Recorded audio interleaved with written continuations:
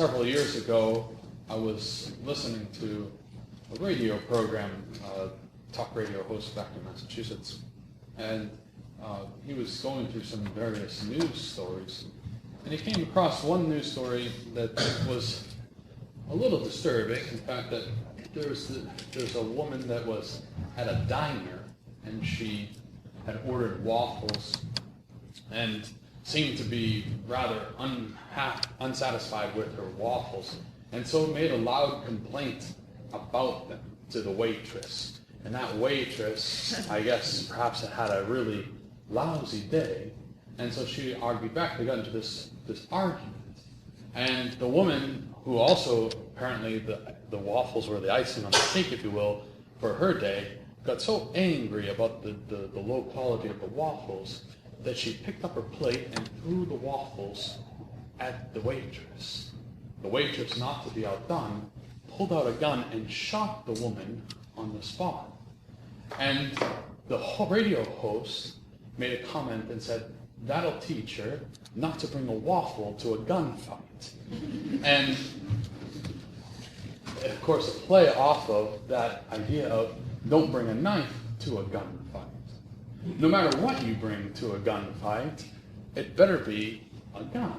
We have to be prepared for our battle that is at hand, and we have to be armed to take care of ourselves in whatever way possible. Now, of course, I'm not really actually speaking of gunfights. Hopefully none of us ever have to get into a gunfight.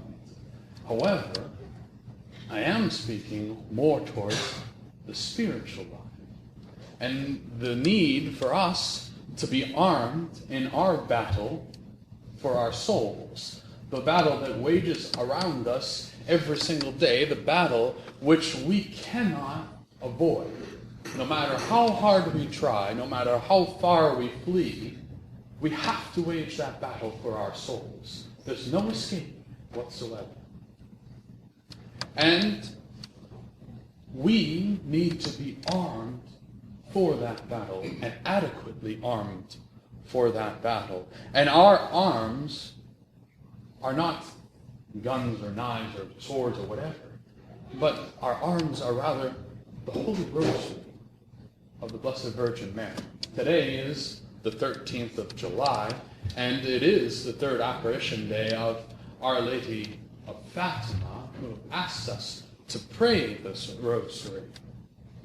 And we can't help but notice that the importance that it has, not just in everybody's life, but especially today for us here, for traditional Catholics, those who adhere to the faith unchanged for 2,000 years, when so many around us have abandoned it.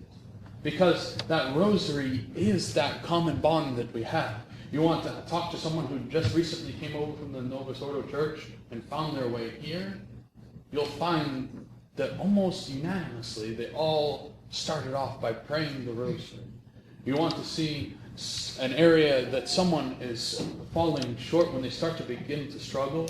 They start to struggle and they wonder, what am I doing wrong? Why am I having so much trouble in my faith? You see what they're lacking. I guarantee you, one of the first things to go would be that rosary. It's such a powerful tool for us in our lives, and yet it's something that we think of so infrequently. But it is our weapon against temptation. It is our weapon against the devil. It is our weapon of salvation. There's a story of Alphonsus. He was a king of Leon and Galicia. And this king, Alphonsus, had a desire. He knew that for his kingdom to flourish well, and the people subject to him to do well in all things, that they needed help from heaven. So he truly desired, with all of his heart, he desired that all his subjects, all his servants, all his soldiers, everybody subject to him, would pray the Holy Rosary. And he wanted it so badly that not only did he ask them to pray it and tell them about the glories of praying that rosary, but he went so far as to take a big rosary and always wear it on his belt, belt that he wore, that he girded himself with. So it was an outward sign and an inspiration to all of those around him. And the servants followed suit. They saw the king talking about the Most Holy Rosary. They saw him wearing it, and they were inspired by him. And they did. They prayed the Rosary faithfully every single day. They were praying the Rosary. But alas, the one person who wasn't praying the Rosary was the king. He lacked in that source of prayer. And so one day, he fell extremely ill. And he was given up for dead. He was unconscious. And in that state of unconsciousness, he had a vision of his own judgment. And he's standing there before the throne of God, and all of these demons come forth. And they all have a multitude of sins that they're producing, that the king has done in his life. They're weighing them against him so that he can lose his soul. They're presenting them to Christ, and the king cannot deny them. He cannot deny that these sins are upon his soul. And just before our Lord passes that sentence of condemnation in this vision, Our Lady comes forth and stands before our Lord and asks for a scale to be brought forward. And that scale is brought, and all of the sins are put onto one side of that scale. And then on the other side, she takes the rosary which the king had worn around his waist and places it on the other side of the scale. And the scale tips in his favor. And Our Lady tells the king, she says, "As a reward for this little honor that you paid me in wearing my rosary, I have attained a great gift for you from my son. Your life will be spared a few more years. See that you spend them wisely and do penance." And with that, the king regained consciousness and was there and told those around him the wonderful things that he had seen. And he did convert himself. He abandoned those sinful ways. He began to live a life of penance, and he never let a day pass ever again without saying his rosary. And he died in the order of sanctity. That rosary that he had provided an example of was his saving grace to give him one last shot to save his soul, and he made the best of that. And he followed through with it, and he prayed his rosary unto his own salvation.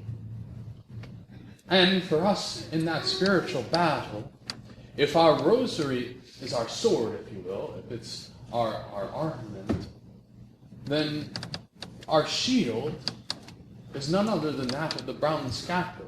The two go hand in hand. The brown scapular was given to St. Simon Stock in the year 1251. And actually, this Wednesday, the 16th, is that anniversary. It is the feast of Our Lady of Mount Carmel. So you have these two wonderful things, Our Lady of Fatima today, and 3 days later, Our Lady of Mount Carmel, together in the same week. And that just as those two celebrations are together, so also those two devotions are together. They cannot really be separated. Our devotion to the brown scapular is one of greatest importance. It is our shield. It is our protection against the dangers of the spiritual life. It is the protection that keeps us from harm. Our Lady promises that those who die wearing her brown scapular and live their lives faithfully, devoted to it, shall not suffer eternal hellfire. And this too brings about many stories of the brown scapular. One in particular, which I thought was fascinating, happened in the year 1845 on an English sailing vessel. The ship's name was the King of the Ocean. And while the ship was going, it was surprised and struck by a horrible, horrible hurricane. And the ship was tossed all about the sea. And there was nothing that they could do, and it seemed as time went on the waves got bigger and bigger, the winds heavier and heavier, and the ship started to break apart, and it seemed that all would be lost. And on that ship was a Protestant minister. His name was Reverend Fisher.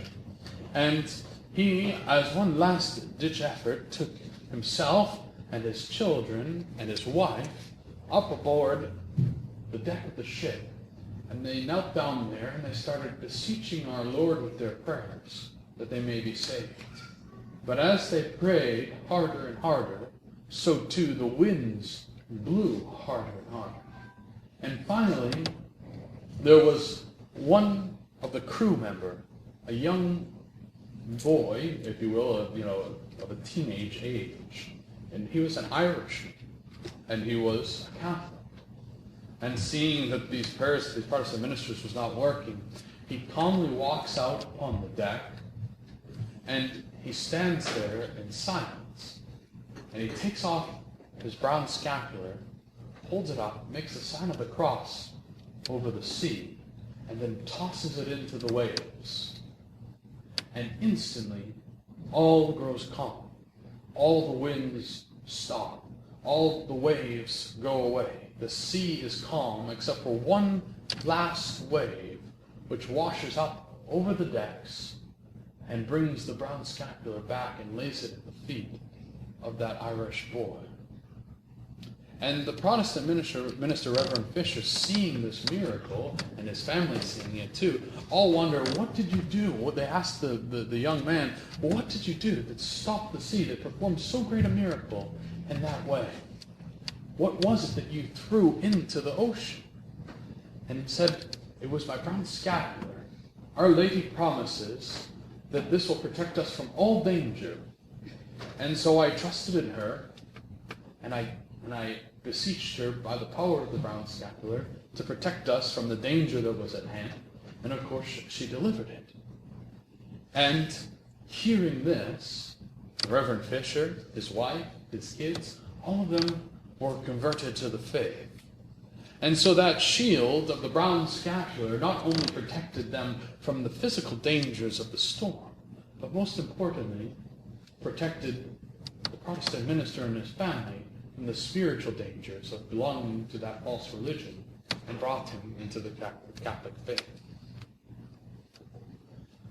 Our Lady of Fatima promised that one day, through the Rosary and Scapular, she would save the world.